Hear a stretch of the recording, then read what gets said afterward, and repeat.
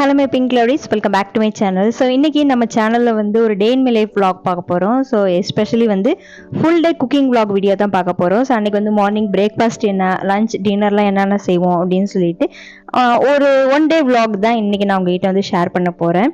So morning பிரேக்ஃபாஸ்ட்டுக்கு பார்த்துக்கிட்டிங்கன்னா தோசை தான். ஸோ யூஸ்வலி வந்து நான் அம்மாலாம் வந்து பிரேக்ஃபாஸ்ட்லாம் சாப்பிட மாட்டோம். ஸோ இது எங்கள் அத்தா ஊரில் இருந்தப்போ அன்னைக்கு ஒரு ஒன் டே vlog எடுத்தது தான். ஸோ வந்து அத்தாக்கு வந்து யூஸ்வலி வந்து பிரேக்ஃபாஸ்ட் வந்து இட்லி இல்லைனா தோசை தான். ஸோ அன்னைக்கு வந்து தோசை வந்து ப்ரிப்பேர் பண்ணிட்டு இருந்தோம். எங்களோட பிரேக்ஃபாஸ்ட் வந்து யூஸ்வலாக வந்து டீலே முடிஞ்சு போயிடும். ஸ்கூல் படிக்கும்போது அந்த பிரேக்ஃபாஸ்ட் எப்படியோ வந்து உள்ளர அரை தோசை கா தோசைன்ட்டு சாப்பிட்டு ஓடிட்டேன். ஆனால் வந்து இப்போ வந்து நான் தப்பிச்சிட்டேன். ஸோ பிரேக்ஃபாஸ்ட்லாம் நமக்கு அறவே இறங்க மாட்டேங்குது. ஸோ வந்து பிரேக்ஃபாஸ்ட்டுக்கு வந்து தோசை தான். ஆனால் வந்து நான் ஒரு ரெசிபி வந்து உங்கள்கிட்ட நான் ஷேர் பண்ணலான்னு இருக்கேன். ஸோ எனக்கு வந்து புட்டு வந்து ரொம்ப பிடிக்கும். ஸோ அது புட்டு எப்படி செய்கிறதுன்னு சொல்லிட்டு பார்க்கலாம். வெல்லம் வந்து இந்த மாதிரி இடித்து கொஞ்சமாக தண்ணி சேர்த்து அதை வந்து நல்லா காய்ச்சி வடிகட்டி வச்சுக்கோங்க. ஸோ இது வந்து புட்டு வந்து ராகி மாவில் இன்றைக்கி நம்ம செய்ய போகிறோம். ஸோ ராகியில் எனக்கு வந்து எல்லாமே வந்து பிடிக்கும். புட்டு, இடியப்பம் எல்லாமே வந்து ராகி ஃப்ளேவரில் எது செஞ்சாலுமே எனக்கு வந்து ரொம்ப பிடிக்கும். ஸோ இது ஒரு கப் அளவு போல் ராகி மாவு, காய்ச்சி வச்சிருந்த வெள்ளைப்பாகு இதெல்லாம் சேர்த்துட்டு ஃபஸ்ட்டு நல்லா கலந்து விட்டுக்கோங்க. அதுக்கப்புறம் வந்து ஒரு டீஸ்பூன் அளவு போல் நெய் சேர்த்து அதையுமே வந்து நல்லா கலந்து விட்டுக்கோங்க. தேங்காய் வந்து எந்த அளவுக்கு நீங்கள் சேர்த்துக்கணுமோ அது உங்கள் ஆப்ஷன் தான். கொஞ்சமாக சேர்க்குறதுனாலும் சேர்க்கலாம், இல்லை தேங்காய் துருவுனது நிறைய பிடிக்குன்னா அதை நீங்கள் கூட சேர்த்துக்கலாம். ஸோ புட்டு மேக்கர் இருந்துச்சுன்னா அதில் நம்ம டைரெக்டாக வந்து பண்ணிக்கலாம். ஸோ புட்டு மேக்கர் இல்லாதனால நான் ஸ்டீமர் யூஸ் பண்ணி தான் வந்து ஸ்டீம் பண்ண போகிறேன். ஸோ அதுக்கு வந்து தண்ணியை வந்து கொதிக்க வச்சுட்டு இந்த மாதிரி சிலிக்கான் மோல்டு வந்து எடுத்துக்கிட்டேன். இதில் வந்து லைட்டாக வந்து இந்த மாதிரி நெய் வந்து ஆட் பண்ணிவிட்டு அதை ஃபுல்லாக நம்ம வந்து அப்ளை பண்ணிக்கலாம். நீங்கள் ராகிலெலாம் என்ன ரெசிபி செய்வீங்க அப்படின்னு சொல்லிட்டு எனக்கு வந்து அந்த ரெசிபியோட வந்து கமெண்ட் செக்ஷனில் வந்து ஷேர் பண்ணுங்கள். ஸோ அதையுமே வந்து ஒரு நாள் நான் வந்து ட்ரை பண்ணி பார்க்குறேன். ஸோ ராகியில் வந்து களியெலாம் நான் அதுக்கு சாப்பிட்டதில்லை. ஸோ அன்றைக்கி வந்து அம்மா களி செஞ்சு கொடுத்தாங்க. அதாவது இனிப்பு களி, அதுக்கப்புறமா வந்து உரப்பு களி, அதாவது அது சாம்பார் ஊற்றி சாப்பிட்ற மாதிரி வேறு லெவல் டேஸ்ட்டாக இருந்துச்சு. ஸோ ராகியில் வந்து எல்லா ரெசிப்பியுமே வந்து எனக்கு ரொம்ப பிடிக்கும். ஆனால் வந்து புதுசாக வந்து ட்ரை பண்ணலாம் ராகி புட்டில், ராகி மாவில் அப்படின்னு சொல்லிட்டு நினச்சிட்டு இருந்தேன். ஸோ இது சிலிக்கான் மோல்டில் வந்து பாதி வந்து நான் ஃபில் பண்ணிக்கிட்டேன். சென்டரில் வந்து துருவின தேங்காய் வந்து சேர்த்துக்கலாம்னு சொல்லிட்டு இது வந்து குவான்டிட்டி வந்து கொஞ்சம் கம்மியானது, அதனால் நான் வந்து கொஞ்சமாக தான் இந்த ராகி மாவு வந்து சேர்த்துக்கிட்டேன். சிலிக்கான் மோல்டில் தான் ஸ்டீம் பண்ணணும்னு இல்லை, நீங்கள் எது வச்சுருந்தாலும் அதில் வந்து அழகாக நீங்கள் வந்து அதாவது சில்வர் கப்பாக இருந்தால் கூட அழகாக வந்து நீங்கள் ஸ்டீம் பண்ணி எடுத்துக்கலாம். ஸோ இப்போ வந்து சென்டரில் வந்து துருவின தேங்காய் வந்து உங்களுக்கு எந்த அளவுக்கு பிடிக்குமோ அதுக்கு ஏற்ற மாதிரி வந்து நீங்கள் ஆட் பண்ணிக்கோங்க. புட்டு மேக்கர் இருந்துச்சுன்னா ஒரு ப்ராப்ளமும் இல்லை, நம்ம ஈஸியாக பண்ணிடலாம். ஸோ இது வந்து லைட்டாக அந்த மாதிரி ப்ரெஸ் கொடுத்துட்டு அதுக்கப்புறமா ரிமைனிங் இதுக்கு வந்து இன்னும் கொஞ்சம் வந்து இந்த ராகி புட்டு மாவு வந்து நம்ம சேர்த்துக்கிறது தான்.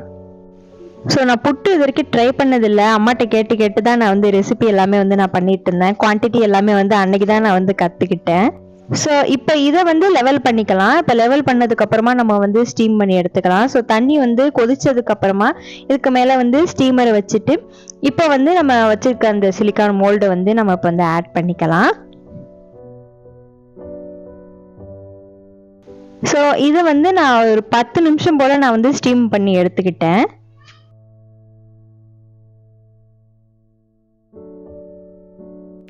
இப்போ வந்து புட்டு ஸ்டீம் ஆகி நல்லா சூப்பராக வந்து ரெடி ஆகிடுச்சு. ஸோ மார்னிங் தான் அதை நீங்கள் சாப்பிட்டீங்களான்னு கேட்டிங்கன்னா நான் மார்னிங் சாப்பிடவே இல்லை. ஸோ அப்போதைக்கு டேஸ்ட் பண்ணி மட்டும் பார்த்துட்டு அதை வந்து நான் ஈவினிங் தான் சாப்பிட்டேன். ஸோ டேஸ்ட் வந்து வேறு லெவலில் இருந்துச்சு.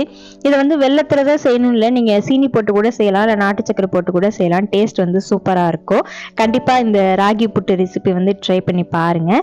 அண்ட் தென் நீங்கள் வந்து ராகியில் என்ன ரெசிபி செய்வீங்க அப்படின்னு சொல்லிட்டு அதையுமே வந்து எனக்கு கமெண்ட் செக்ஷன் வந்து ஷேர் பண்ணுங்கள். முடிஞ்ச ரெசிபியோட ஷேர் பண்ணுங்கள். அதையுமே நான் வந்து ஒரு தடவை ட்ரை பண்ணி பார்க்குறேன். லஞ்சுக்கு பார்த்துக்கிட்டிங்கன்னா ரசம் தான். ஸோ ஃபஸ்ட்டு வந்து ரைஸ் ரெடி பண்ணிடலாம்னு சொல்லிட்டு அரிசியை வந்து ஊற வச்சு அதை வந்து வாட்டர் லெவல்லாம் வச்சு ஆட் பண்ணி உப்பு போட்டு நீங்கள் வந்து எண்ணெய் ஆட் பண்ணுங்கள் ரைஸ் கூட கொஞ்சமாக. ஏன்னா வந்து உதிராக உங்களுக்கு வந்து ரைஸ் வந்து சூப்பராக கிடைக்கும். இப்போ ரசத்துக்கு வந்து எண்ணெய், கடுகு, வெந்தயம் போடுறது வந்து எங்கள் அம்மாவோட ஸ்டைல். அதுக்கப்புறமா வந்து தக்காளி, பச்சை மிளகா, பூண்டு இது எல்லாமே சேர்த்து வந்து மிக்சியில் ஒரு 2 பல்ஸ் விட்டு எடுத்துக்கலாம். அதை ஆட் பண்ணிட்டு மிளகு, ஜீரகம், மஞ்சத்தூள், அதுக்கப்புறமா வந்து புளி கரைசல் இதெல்லாம் வந்து சேர்த்து கலந்து விட்டுட்டு இது கூட வந்து எந்த அளவுக்கு நமக்கு ரசம் தேவைப்படுமோ அந்த அளவுக்கு வந்து தண்ணி சேர்த்துட்டு தேவையான உப்பு சேர்த்து கலந்து விட்டுட்டு லைட்டாக ஒரு கொதி வந்தோடனே ஆஃப் பண்ணிவிட்டு வந்து சூப்பராக ரசம் ரெடி. தேங்காய் பால் ரசம், தக்காளி ரசம் அப்படின்னு இருக்குது. எனக்கு இந்த மிளகு ரசம் தான் ரொம்ப பிடிக்கும். ஸோ இது கூட வந்து பொட்டேட்டோ ஃப்ரை, கண்டிப்பாக வந்து பொட்டேட்டோ ஃப்ரை தான் இருக்கணும், இல்லைனா வந்து ரசம் சாப்பிட்டு சாட்டிஸ்ஃபைட் ஆகாது. ஸோ இப்போ வந்து பொட்டேட்டோ ஃப்ரைக்கு ஆயில் ஆட் பண்ணிட்டு கட் பண்ணி வச்சுருக்க பொட்டேட்டோ, மஞ்சத்தூள், உப்பு. மஞ்சத்தூளை நீங்கள் ஸ்டார்டிங்லேயே சேர்க்கும் போது கலர் நல்லாயிருக்கும். அதுக்கப்புறமா வந்து கருவேப்பிலை இதெல்லாம் சேர்த்துட்டு இது கூட வந்து அதாவது ஃப்ரெஷ்ஷாக உடைச்ச மிளகு ஜீரகம் சேர்த்துக்கோங்க. செம்ம வாசனையாகவும் செம்ம டேஸ்ட்டாகவும் இருக்கும். நம்ம இப்போ வந்து நான் கடுகு போட்டு மஞ்சத்தூள், மிளகாய்த்தூள், மல்லித்தூள் போடுவோம். கடுகு போடாமல் வெறும் உடைச்ச மிளகு ஜீரகம், மஞ்சத்தூள், மிளகாய்த்தூள், மல்லித்தூள் சேர்த்துட்டிங்கன்னா வேறு லெவலில் இருக்கும் பொட்டேட்டோ ஃப்ரை. கண்டிப்பாக வந்து ட்ரை பண்ணி பாருங்கள், ரொம்ப ரொம்ப சூப்பராக இருக்கும். ஸோ அன்றைக்கி லஞ்ச் வந்து ரசம், ரைஸ், பொட்டேட்டோ ஃப்ரை. இது சிம்பிளாக இருந்தாலும் பயங்கர டேஸ்ட்டாக இருக்கும்.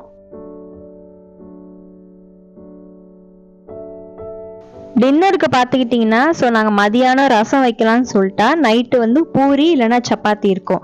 இல்லைனா வந்து நைட்டு பூரி இல்லை சப்பாத்தி செய்யலாம் அப்படின்னு சொல்லிட்டா மதியானம் வந்து சிம்பிளாக ரசம் வச்சுருவோம். அதாவது இந்த தொட்டுக்க வந்து நைட்டு சாப்பிடாம இல்லாமல் அதுக்குன்னு தனியாக தொட்டுக்க செய்கிற மாதிரி, ஸோ அந்த மாதிரி தான் நாங்கள் வந்து பார்த்துக்குவோம். ஸோ இப்போ வந்து சப்பாத்தி செய்யலாம்னு சொல்லிட்டு அதுக்கு வந்து சைட் டிஷ்க்கு வந்து கேரட்டும் உருளைக்கிழங்கு கொஞ்சமாக மஞ்சத்தூள் போட்டு கொஞ்சமாக தண்ணி சேர்த்து அதை வந்து விசில் விட்டு எடுத்துக்க போகிறோம். இந்த சைடில் வந்து பார்த்துக்கிட்டிங்கன்னா இன்னைக்கு வந்து நார்மலான சப்பாத்தியில் 2 ஃப்ளேவரில் சப்பாத்தி பண்ண போகிறோம். ஸோ ஃபர்ஸ்ட் வந்து கேரட் ஃப்ளேவருக்கு வந்து கேரட்டை வந்து ஆட் பண்ணிவிட்டு மிக்ஸி ஜாரில் கொஞ்சமாக தண்ணி சேர்த்து இந்த மாதிரி பேஸ்ட் மாதிரி வந்து ஆக்கி எடுத்துக்கோங்க. இதை ஒரு ஸ்ட்ரெயினரில் ஆட் பண்ணிட்டு இது கூட இன்னும் கொஞ்சம் தண்ணி சேர்த்து நல்லா அந்த கேரட்டு அந்த ஜூஸை மட்டும் நீங்கள் வந்து நல்லா எக்ஸ்ட்ராக்ட் பண்ணி எடுத்துக்கோங்க.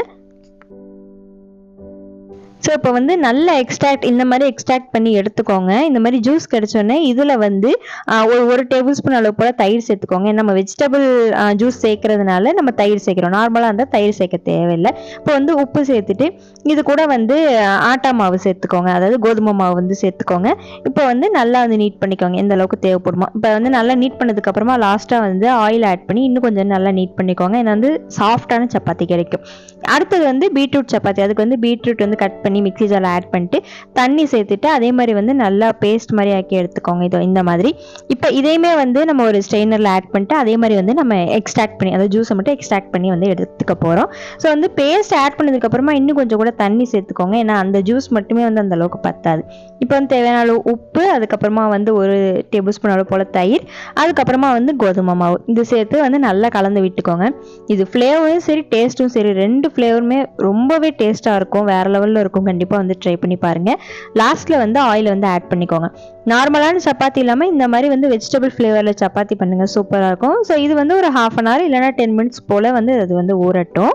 சப்பாத்திக்கு சைட் டிஷ் கிரேவி, அதாவது இந்த கேரட் பொட்டேட்டோ போட்ட கிரேவிக்கு வந்து மசாலாக்கு வந்து ஒரு மீடியம் சைஸ் வெங்காயமும் 2 மீடியம் சைஸ் தக்காளியும் வந்து எடுத்துக்கோங்க. அதை வந்து இந்த மாதிரி கட் பண்ணி வச்சுக்கோங்க.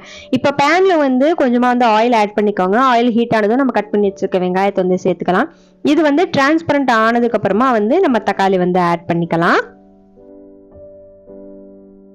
இப்போ இந்த தக்காளி வந்து லைட்டாக சாஃப்ட் ஆகட்டும். இதுக்கு தேவையான அளவு வந்து உப்பு சேர்த்துக்கோங்க. இல்லைனா வந்து வதங்குற அளவு உப்பை மட்டும் இப்போ சேர்த்துட்டு லாஸ்ட்டாக கூட நீங்கள் வந்து உப்பு சேர்த்துக்கலாம். இது கூட வந்து கருவேப்பிலை சேர்த்துக்கோங்க. இது கூட வந்து காரத்துக்கு ஏற்ற மாதிரி பச்சை மிளகாய் சேர்த்துக்கோங்க. இல்லைனா மிளகாய் தூள் கொஞ்சமாக கூட நீங்கள் சேர்த்துக்கலாம். இப்போ வந்து இது கூட வந்து 1 டீஸ்பூன் அளவு போல் மஞ்சள் தூள் சேர்த்துக்கோங்க.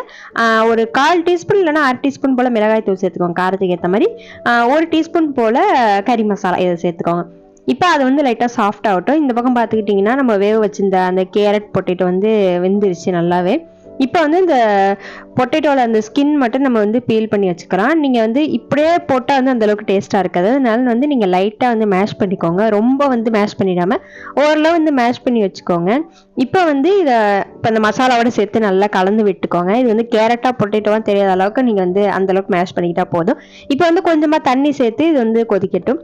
இப்போ வந்து இதில் வந்து பஜ்ஜி மாவு இருக்குல்ல, அது வந்து கொஞ்சமாக தண்ணி கூட சேர்த்து இந்த மாதிரி வந்து மிக்ஸ் பண்ணி வச்சு இதை நீங்கள் வந்து கிரேவியில் ஆட் பண்ணும்போது டெக்ஸ்டரும் டேஸ்ட்டும் வந்து ரொம்பவே சூப்பராக இருக்கும். ஸோ இந்த டிப் வந்து நீங்கள் வந்து குருமா செய்றீங்கன்னா கண்டிப்பாக ட்ரை பண்ணி பாருங்கள். இது கூட கொஞ்சமாக தண்ணி சேர்த்து லைட்டாக கொதி வந்ததுக்கப்புறமா ஆஃப் பண்ணிடலாம்.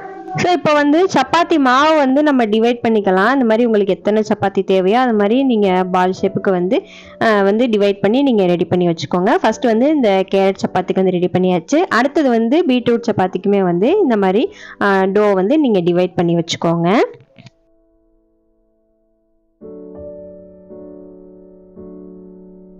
இப்போ நம்ம சப்பாத்திக்கு வளர்த்துடலாம். அதுக்கு வந்து மாவு வந்து லைட்டாக டஸ்ட் பண்ணிவிட்டு நம்ம எப்போதும் யூஸ்வலாக எப்படி நம்ம சப்பாத்தி வந்து வளர்த்துருப்போமோ அந்த மாதிரி தான் 2 சைடுமே வந்து மாவில் லைட்டாக அந்த தொடு மாவில் லைட்டாக டிப் பண்ணிவிட்டு இந்த மாதிரி நம்ம வந்து ரோல் பண்ணி சப்பாத்தி ஷேப்புக்கு எடுத்துக்கலாம். நார்மலான சப்பாத்தியுமே டேஸ்ட்டாக இருக்கும். இந்த மாதிரி வந்து இந்த வெஜிடபிள் எக்ஸ்ட்ராக்ட் ஆட் பண்ணால் அதுவுமே ஒரு டேஸ்ட்டாக இருக்கும். இல்லைனா இந்த ஆலு பராத்தா அது எல்லாமே வந்து நல்லாவே டேஸ்ட்டாக இருக்கும். கண்டிப்பாக வந்து இந்த ஆலு பராட்டா அந்த ரெசிபியெல்லாம் வந்து இன்னொரு நாள் வந்து நான் உங்ககிட்ட நான் ஷேர் பண்ணுறேன். இப்போ மாவெல்லாம் வளர்த்தாச்சு, சப்பாத்தி போட்டு எடுக்கிறது தான். ஸோ தோசைக்கல்லையோ இல்லை பேன்லேயோ வந்து ஃபஸ்ட்டு வந்து ட்ரையாக 2 பக்கமும் வந்து வாட்டி எடுத்துக்கோங்க. அதுக்கப்புறமா ஒன் சைடு வந்து நீங்கள் ஆயில் ஆட் பண்ணுங்கள், மேலே வந்து அப்ளை பண்ணுங்கள். அப்ளை பண்ணும்போது இந்த மாதிரி நமக்கு வந்து பூஃபாய் கிடைக்கும். அதுக்கப்புறமா வந்து இன்னொரு பக்கம் வந்து திருப்பி விட்டுக்கோங்க. இன்னொரு சைடுமே வந்து மேலே வந்து ஆயிலை வந்து அப்ளை பண்ணிக்கோங்க. இதே மாதிரி வந்து 2 தடவையோ போட்டு எடுத்துட்டோம்னா நமக்கு வந்து வெந்திருக்கும். அதே நேரத்தில் சாஃப்டான சப்பாத்தியுமே வந்து நமக்கு ரெடி ஆகிடும். இப்போ இந்த பீட்ரூட் சப்பாத்தி வந்து நம்ம 2 தடவை போட்டு எடுத்து இந்த டெக்ஸ்டரில் வந்ததுக்கு அப்புறமா நீங்க வந்து பேன்லேருந்து எடுத்துடலாம். அடுத்து வந்து கேரட் சப்பாத்தி ஃபர்ஸ்ட் வந்து நார்மலா 2 சைடுமே வந்து இந்த மாதிரி வாட்டி எடுத்துக்கோங்க. அதுக்கப்புறமா மேலே வந்து ஆயில் அப்ளை பண்ணிட்டு அதை வந்து இன்னொரு சைடு திருப்பி போட்டு திருப்பி அந்த சைடுக்கு வந்து ஆயில் அப்ளை பண்ணிட்டு இதே மாதிரி வந்து இன்னும் ஒரு தடவை வந்து நம்ம நார்மலாக வந்து வாட்டி எடுத்துட்டோம்னா நமக்கு வந்து சூப்பராக டேஸ்டியான வந்து சப்பாத்தி ரெடி ஆகிடும். கேரட் சப்பாத்தி, பீட்ரூட் சப்பாத்தி இது ரெண்டுமே வந்து போட்டு எடுத்தாச்சு. நிறைய ரெசிபிஸ் நம்ம சேனல்ல இருக்கு, மறக்காம வந்து செக் பண்ணி பார்த்துக்கோங்க. இன்னும் நிறைய ரெசிபிஸ் கூட நம்ம சேனல்ல வரும், மறக்காம சப்ஸ்கிரைப் பண்ணி வச்சுக்கோங்க. ஸோ நிறைய ஷார்ட் வீடியோஸ்ல எல்லாம் நிறைய ரெசிபி நான் போட்டிருக்கேன். ஸோ அது எல்லாமே வந்து என் சேனல்ல இருக்கு, மறக்காம செக் பண்ணி பார்த்துக்கோங்க. ஸோ இந்த சப்பாத்திக்கு வந்து கிரேவியும் சூப்பரா இருக்கும், இல்லை வெறும் கர்ட் கூட சூப்பரா இருக்கும். நீங்க சப்பாத்திக்கு வந்து என்ன சைட் டிஷ் வந்து சாப்பிடுங்கன்னு சொல்லிட்டு அதையுமே வந்து எனக்கு கமெண்ட் செக்ஷன்ல வந்து ஷேர் பண்ணுங்க. ஸோ 2 ஃப்ளேவர் சப்பாத்தியுமே வந்து நமக்கு சூப்பரா இப்போ வந்து ரெடி ஆயிடுச்சு. அடுத்து வந்து டின்னர் இப்போ வந்து அரேஞ்ச் பண்றது தான்.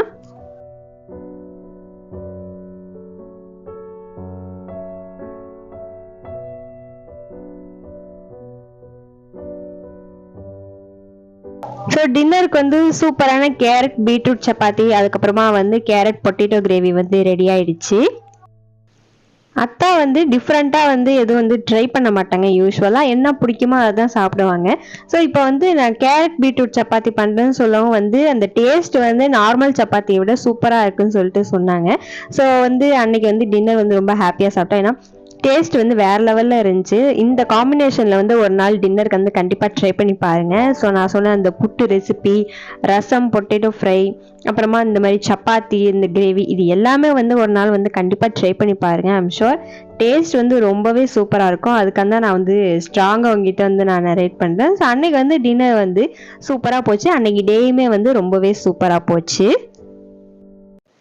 ஸோ உங்களுக்கு இந்த வீடியோ ரொம்ப பிடிச்சிருக்கும்னு நினைக்கிறேன். என் சேனலுக்கு தொடர்ந்து சப்போர்ட் கொடுங்க. நம்ம சேனலில் நிறைய வீடியோஸ் வரும், மறக்காம செக் பண்ணி பாருங்க. So like, share, subscribe for more videos. Take care, stay safe, be healthy and bye bye. And இன்னொரு வீடியோவில் உங்களை நான் மீட் பண்ணுறேன்.